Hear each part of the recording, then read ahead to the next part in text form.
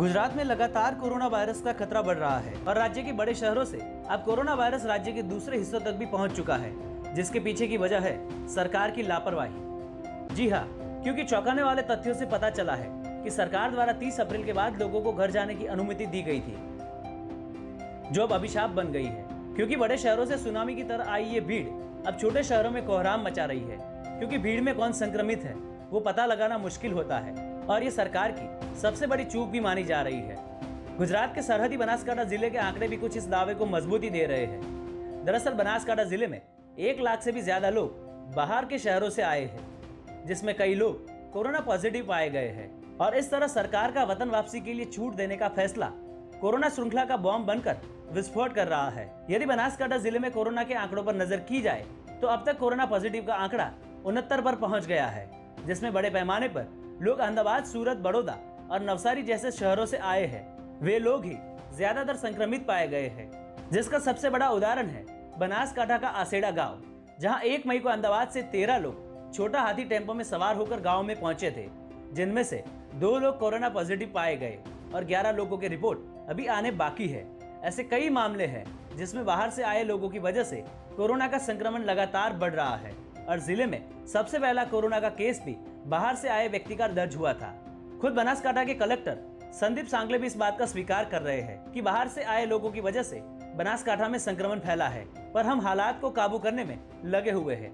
मोटा शहरोमांथी, hotspot विस्तारमांथी, even वगर परवानगीए containment विस्तारमांथी અહીંયા પહોંચી ગયા હતા ચોરી છુપાઈને। એમને અમે નજરમાં રાખીને એમના ઉપર એમને ક્વોરન્ટાઇન કર્યું હતું। સાથે સાથે મેડિકલની ટીમ સતત એમના ઉપર વોચ રાખી રહી હતી અને એટલે જ એમને આપણે સેમ્પલ લઈને જોયું તો એ પોઝિટિવ આવ્યા છે। હવે વહીવટીતંત્રની સતર્કતાની કારણે એમના કારણે જે બીજા હજારો લોકોને ચેપ લાગવાનું હતું એ સંક્રમણ આપણે અટકાવી શક્યા। પરંતુ આ વાત ધ્યાને રાખીને મારી તમામ ખાસ કરીને વિલેજ કન્ટેનમેન્ટ કમિટી હોય કે વોર્ડ કન્ટેનમેન્ટ કમિટી હોય, શહેરના નાગરિકો હોય કે ગ્રામ્ય વિસ્તારના નાગરિકો હોય, એમને અપીલ એટલી જ છે કે એ પરવાનગી વગર જાન બહાર ચોરી છુપાઈને જે બહારથી લોકો આવી રહ્યા છે એમની જાણકારી તુરંત વિલેજ કન્ટેનમેન્ટ કમિટી દ્વારા વહીવટીતંત્રને આપે।